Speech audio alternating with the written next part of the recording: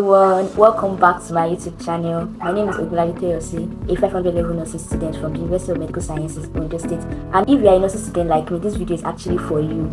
So today, I'll be sharing my top study tips that will help you succeed in nursing school. So let's get started. First thing first, you need to know yourself. Emphasis on knowing yourself. You need to figure out how you study best. Like for example, are you a morning type person, are you an afternoon type person, or you are a night type person, or you are a visual learner, you are someone that likes studying with music. So understanding this your style, know yourself, makes studying very easy, much easier, trust me.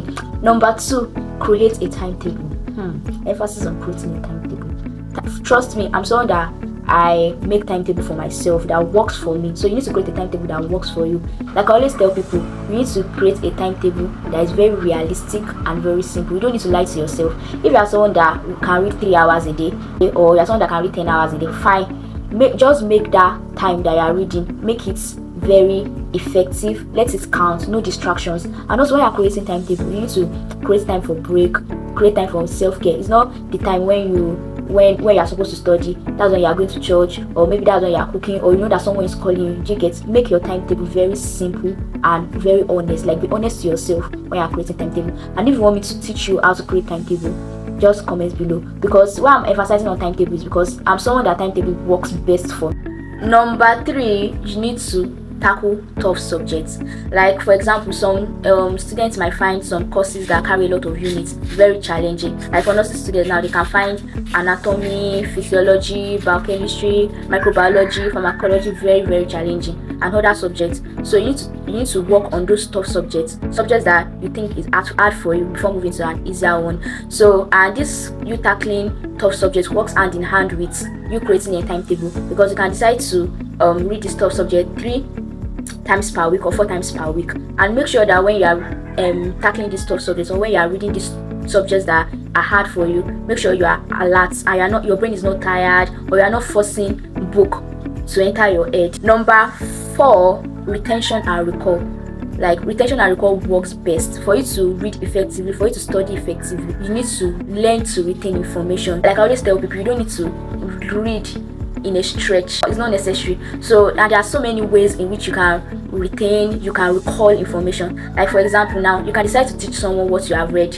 That's a very easy way to retain what you have read. Another example of ways you can information is you setting question for yourself. You can decide to set question for yourself when you are reading, and you come back to answer it later. Another example is you can decide to read a particular chapter of a topic, then close the book, then try to repeat it like 3 times, 4 times for it to say. And when you are reading, make sure you simplify in a way you understand. Don't use the lecturer's word, just try to read and understand in your own simple way. Another way in which you can record information is a flashcard, and trust me, it works. Ways to retain information that works for me is when I'm done reading, I can decide to do another house chore, then I'll try to remember what I've read, try to summarize it in my own language, trying to say, okay, if I still remember this particular thing I read. Number 5 is time management. Like I said earlier, you don't need to read at a stretch. Taking a break is a must. If, like for example, now you can decide to read for 1 hour, then take 5 minutes break, you can just walk around, press phone, do all sorts of things. But taking a break is a must. It's not like you saying that, oh, I don't need to take a break, let me just be reading. You just discover that when you are done reading, you have forgotten most of what you have read. Number 6 is different resources to read. As nursing students, you don't need to be only limited to you reading your lecturer slide. You can decide to use YouTube videos, because I use YouTube videos a lot. You decide to use YouTube tutorials. You can decide to use textbooks to read, or you can decide to have a study group. Whichever one works for you, it's fine.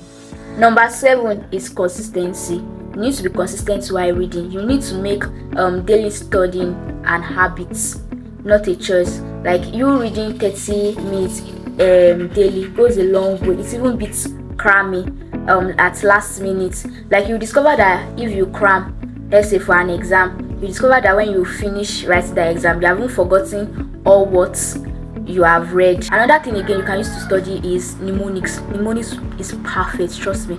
Learn to use mnemonics, like mnemonics that works for you. Another tip is staying healthy. You need to eat well, you need to eat eat well, eat balanced diet, sleep well, because I know that most students, they don't want to sleep because they are reading blah blah blah, want to make a paper. Sleep well because your brain needs a lot of energy. It does not need stress, because I feel like if you are stressed, you'll not be able to assimilate well, your brain will be tired, a lot of things is just going on with you.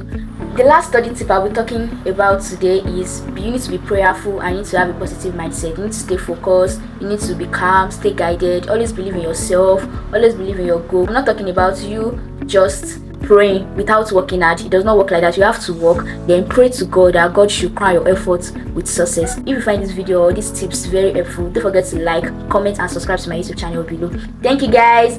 I'll see you in my next video. Bye.